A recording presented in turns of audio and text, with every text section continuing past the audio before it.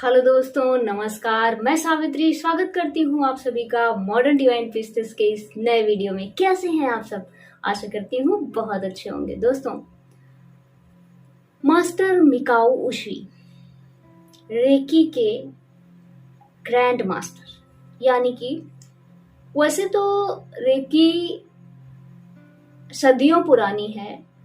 Recce मतलब ऊर्जा, ऊर्जा तो है ही हमेशा से, लेकिन ये कहीं लुप्त हो जाती है बार बार। एक आती है, कुछ समय तक रहती है समाज में, फिर समाज इसे सहेज नहीं पाता, संभाल नहीं पाता, तो लुप्त होने लगती है, लुप्त हो जाती है। तो इस बार जब लुप्त हुई तो जो है मास्टर मिकाओ उशवी ने इसे खोज निकाला। काफी मेहनत की, उसके पीछे का इतिहास है, मैं उसकी भी चर्चा करूंगी आपके साथ। तो दोस्तों, जिस तरह महात्मा बुद्ध ने विपस्सना जैसी क्रिया से बुद्धत्व की प्राप्ति के लिए कैसे आप ध्यान करें, कैसे आप उस आचरण को फॉलो करें, उसके लिए 5 महाव्रत, 5 नियम बताए हैं, जिस पर चलकर कोई व्यक्ति अगर उसका पालन कर रहा है, लगातार ऐसी क्रिया करता हुआ चल रहा है, तो नो डाउट वह मोक्ष या ज्ञान को या स्टारवेशन को प्राप्त करेगा। उसी तरह मास्टर मिकाओ उशवी ने भी 5 नियम बताए हैं कि इन 5 नियमों का अगर कोई व्यक्ति रोज 24 घंटे के लिए व्रत ले ले कि मुझे इन 24 आगे आज का दिन, आज की सूर्य की किरण जो निकली है सुबह सुबह, मैं ये व्रत लेता हूँ या लेती हूँ कि आज के पूरे दिन मैं क्रोध नहीं करूंगा। पहला व्रत है कि मैं क्रोध नहीं करूंगा। पूरे जीवन का हम व्रत नहीं ले सकते, इतनी दृढ़ संकल्प की जो शक्ति है वो हमें नहीं है, और इतने को संभाल पाना थोड़ा मुश्किल होगा। लेकिन एक दिन के लिए कोशिश तो की जा सकती है कि आज मैं क्रोध ना करूं। तो आज के लिए व्रत है कि आज मैं क्रोध नहीं करूंगी। एटलीस्ट कोशिश तो हो ही सकती है। मान लो कि वैसे फ्रीक्वेंटली दिन भर में 10-12 बार मुझे क्रोध आ जाता था, तो कोशिश कीजिए कि आज 3-4 बार में काम चल जाए या 2-3 बार में काम चल जाए। ना हो तो बहुत अच्छी बात, लेकिन पहले दिन ऐसा नहीं होगा, क्रोध आएगा। आप बस उसे देख लीजिएगा, फिर उसके बाद धीरे धीरे करते करते करते करते आप उसे समझ जाएंगे तो नहीं आएगा। ये लगातार चलने का क्रम है। दूसरा जो व्रत है वो है चिंता नहीं करनी, क्रोध नहीं करनी, चिंता नहीं करनी। चिंता कहते हैं चिता के समान होती है। अगर कोई व्यक्ति चिंतित है, परेशान है, तो उसका काम में फोकस नहीं हो पाता, ठीक से काम नहीं कर पाता, सही जगह ऊर्जा नहीं लग पाती, तो प्रोडक्टिव नहीं रह पाता। इसलिए चिंता नहीं करनी है। क्रोध करने से भी बहुत सारे उसके साइड इफेक्ट होते हैं, जिससे हमारी भौतिक सुख और शांति में भी प्रॉब्लम पड़ती है और आध्यात्मिक ग्रोथ तो हो ही नहीं पाती। इसलिए क्रोध भी नहीं करना और चिंता नहीं करनी। मास्टर मिकाओ उशवी ने एक दिन के लिए ये व्रत बताया है। 24 घंटे के लिए आपको व्रत लेना है कि आज मुझे क्रोध नहीं करना, आज मुझे चिंता नहीं करनी। तीसरा जो व्रत उन्होंने बताया वो कहा कि आज के लिए, सिर्फ आज के लिए मुझे 24 घंटे ईमानदारी से रहना है। ईमानदारी का मतलब यहाँ पे है जो भी काम आपको सौंपा गया है, आपके खुद के द्वारा, प्रकृति के द्वारा या किसी और के द्वारा, उसे आप पूरी ईमानदारी से निभाएंगे, पूरी ईमानदारी से उस कार्य को कंप्लीट करेंगे। कुछ भी काम हो सकता है, आपका जो है घर संभालने का काम हो सकता है, ऑफिस संभालने का, कंपनी संभालने का, या आप स्टूडेंट हैं, कुछ भी, जो भी काम है उसे पूरी ईमानदारी से करेंगे। पूरी ईमानदारी से काम करने से जो है आप जो पहले 2 व्रत थे वो निभाने में आपको काफी सहूलियत हो जाएगी। कैसे? जैसे मान लीजिए आपका काम आज का है कि आज मुझे ये गोल कंप्लीट कर लेना है, पूरा कर लेना है, 24 घंटे में ये काम मुझे करना है, आपने तय कर लिया। अब उसे पूरे अच्छे तरीके से टाइम रहते 24 घंटे का समय था, उसे स्लॉट्स में बांट के आपने ठीक से धीरे धीरे करके काम कंप्लीट कर लिया, तो आपका काम टाइम से हो जाएगा। तो ना तो आपको चिंता होगी और ना ही आपको क्रोध आएगा।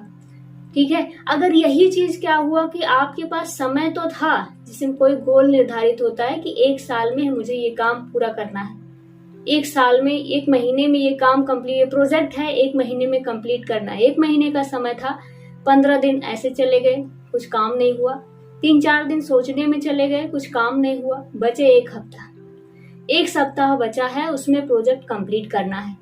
काम इतना बड़ा है, समय इतना छोटा है, तो क्या होगा?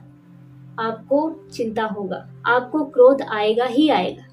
तो इसीलिए ईमानदारी, यानी जो तीसरा पहिया, तीसरा व्रत उन्होंने बताया है, ईमानदारी का पालन करना काम के प्रति, वो बहुत ही ज्यादा, हर एक फील्ड में ईमानदारी, लेकिन काम में भी ईमानदारी बरतना होगा। ईमानदार रहें हर चीज के प्रति। बेईमान रहेंगे तो ये जो स्पिरिचुअलिटी में जहां हम जा रहे हैं हीलिंग करने और कराने, इसमें सक्षम नहीं हो पाता इंसान अगर बेईमानी करेगा तो।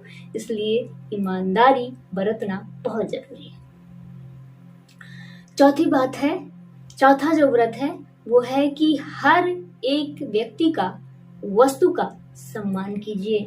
जो भी आपके चारों तरफ, आपके सराउंडिंग्स में हैं, उन व्यक्तियों और वस्तुओं का सम्मान बहुत जरूरी है। उन्होंने तो व्यक्तियों, लिविंग थिंग की बात की, लेकिन यहाँ पे नॉन लिविंग भी आज उतने ही महत्वपूर्ण हो गए हैं। जैसे मान लीजिए कि मैं आपसे बात कर रही हूँ, आप कैसे, मेरे पास कैमरा है, मेरे पास इसमें जो भी इंस्ट्रूमेंट यूज हुए हैं, ये सब कहने को नॉन लिविंग है, लेकिन कहीं ना कहीं ये भी ऊर्जा से ही बने हुए हैं। मुझे इन सभी का सम्मान करना चाहिए, क्योंकि ये नेट है, बहुत सारी चीजें हैं जिनकी वजह से, जो कंबाइन रूप में काम कर रहे हैं, और हम आप तक पहुंच पा रहे हैं और आप हम तक पहुंच पा रहे हैं। हम दोनों एक दूसरे की बातों का, विचारों का आदान प्रदान कर पा रहे हैं। ये इन सब इंफ्रास्ट्रक्चर की वजह से है, इन सब चीजों की वजह से है, हमारे और आपकी वजह से है।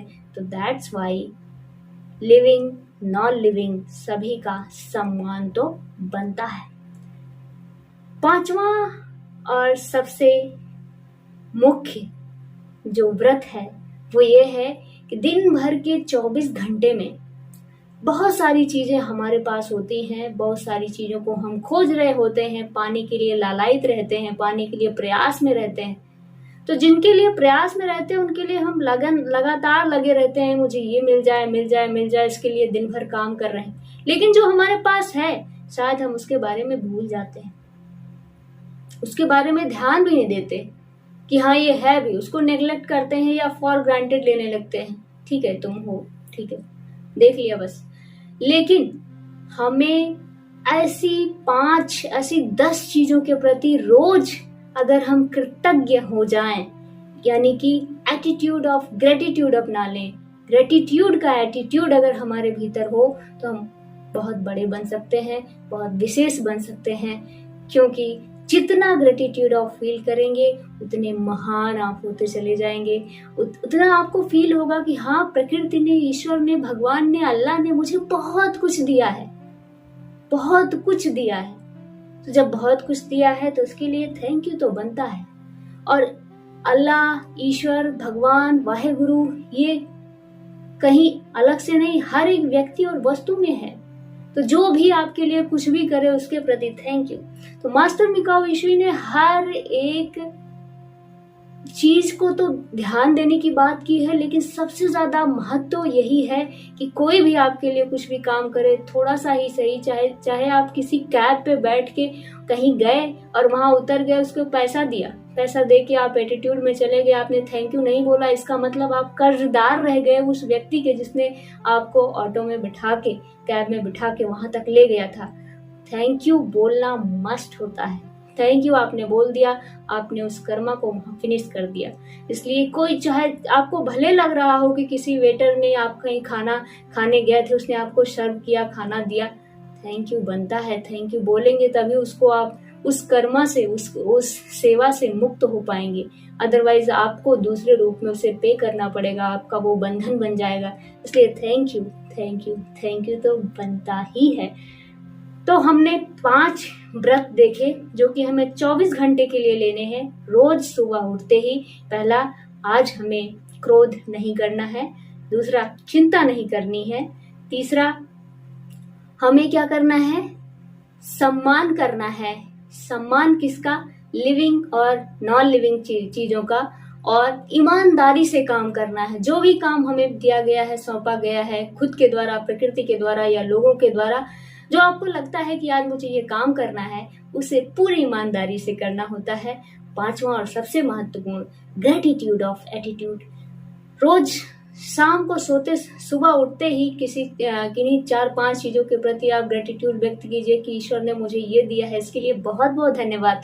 और साथ ही रात को सोते जाते समय भी आप ग्रेटिट्यूड व्यक्त कर सकते हैं कि इन सब चीजों के लिए, इन सब नियामतों के लिए उस ईश्वर का बहुत बहुत धन्यवाद, उस प्रकृति का बहुत बहुत, जिसे आप मानते हैं सब एक ही है, कुछ अलग नहीं है। इसलिए आप सभी को बहुत बहुत धन्यवाद। मैं आपके प्रति तहे दिल से ग्रेटिट्यूड व्यक्त कर रही हूँ, क्योंकि आप सभी ने मुझे बहुत पसंद किया है, मेरे वीडियोस देख रहे हैं, कमेंट कर रहे हैं। बहुत बहुत धन्यवाद। Thank you so much. Thank you.